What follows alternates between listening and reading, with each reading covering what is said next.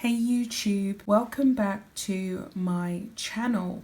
So it seems as though Meghan and Harry's hopes and dreams of becoming Netflix superstars and cashing in on the big American US dollars on their journey to being billionaires as a couple has been crushed because their popularity is so low and basically down the toilet that no one wants to watch anymore.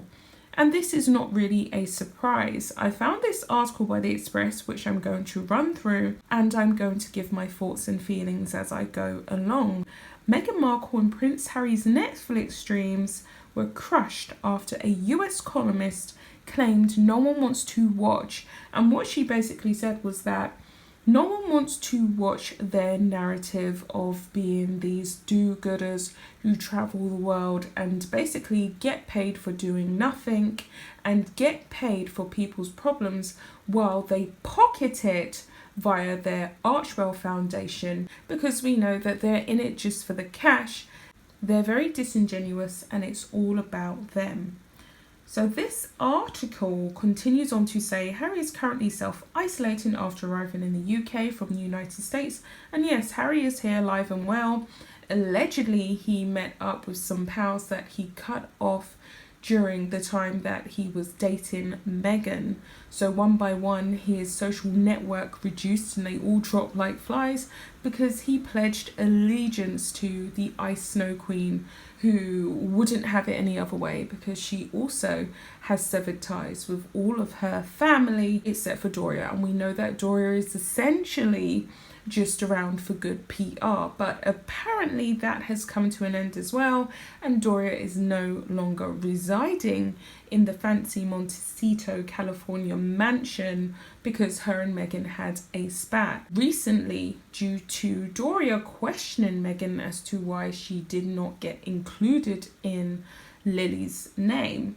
That's a separate video. Next week, he will meet with his brother, Prince William, to unveil a statue of the pair's late mother, Princess Diana. It is the first time the Duke of Sussex has visited his family since Prince Philip's funeral, and having appeared in a string of broadcast interviews in which he spoke out against the firm.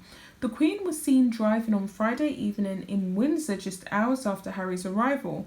Harry is staying at Frogmore Cottage, and according to The Sun, Her Majesty was driving towards the royal residence. He became absent from royal life on departing the UK for North America with Meghan last year.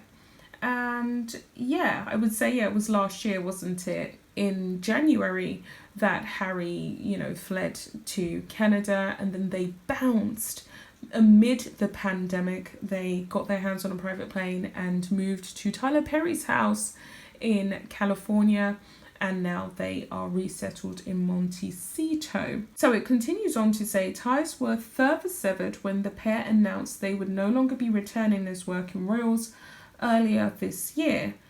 Carving out new private lives for themselves, Harry and Meghan have taken on a range of responsibilities, including securing lucrative job contracts, and obviously that includes the massive Spotify deal. Harry has gotten himself a few positions on some fancy Silicon Valley boards, and they also signed this major Netflix deal, which they still haven't coughed up any work for. They've been so busy pulling off all of their PR stunts, Meghan getting a ghostwriter to, and buying copies of her own bench book. As Lady Colin Campbell said, she believes that Meghan Markle pretty much went out there and bought a couple of thousand copies of her book in order to make it a New York Times bestseller. They've been so busy pulling off these PR stunts and trying to repair the damage that they caused to their own public image that they now do not have any creative juice or creative ideas or creative content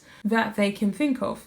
Even though we know that Meghan and Harry do not have any real organic ideas. Meghan Markle is the queen of plagiarism, the queen of lies, and the queen of freebies.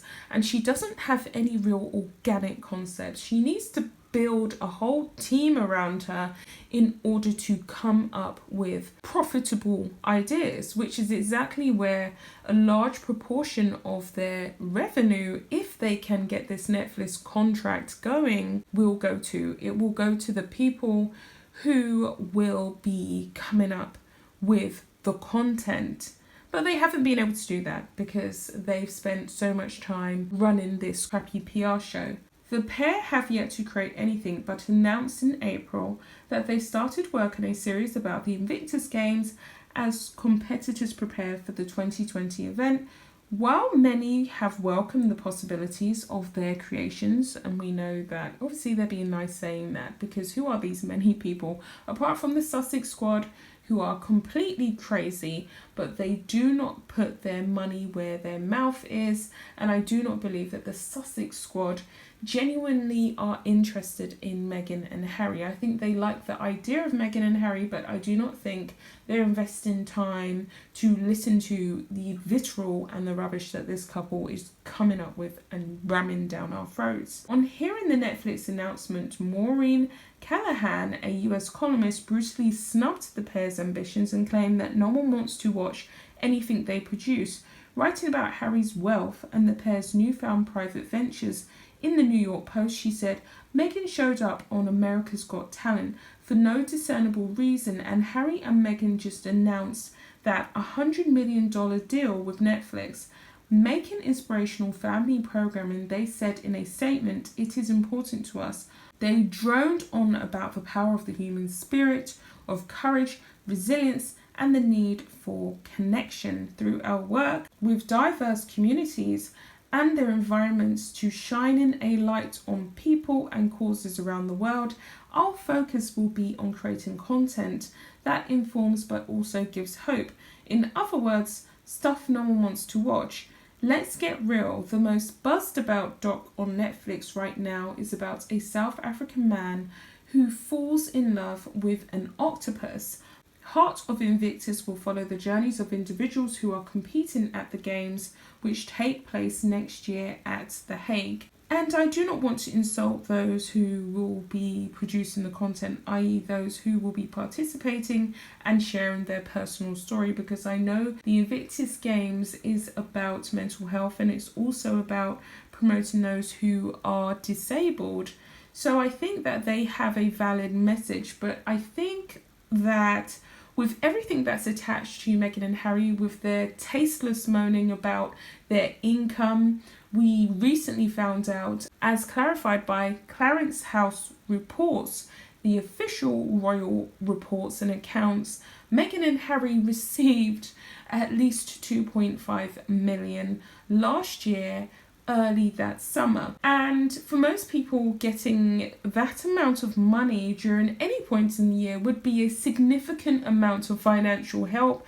Harry basically acted as though he didn't receive the money and as though it was chump change by saying to Oprah on that dreaded interview that he'd done during the time of Prince Philip's battle with his health, let's not forget that major detail, he basically said that it was essentially a null and void and that he was only living off of the money from his mother's inheritance, and he didn't even mention the Queen Mother's inheritance that he received.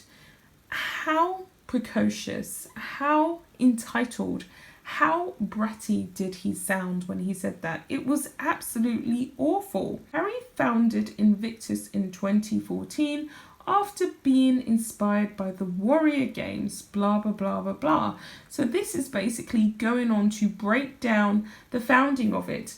Now, this article that I found has got quite a lot of commentary for an Express article, and I'm not surprised really, because it's the truth. We are not interested. We are sick and tired of the Meghan and the Harry puppet show that is never ending.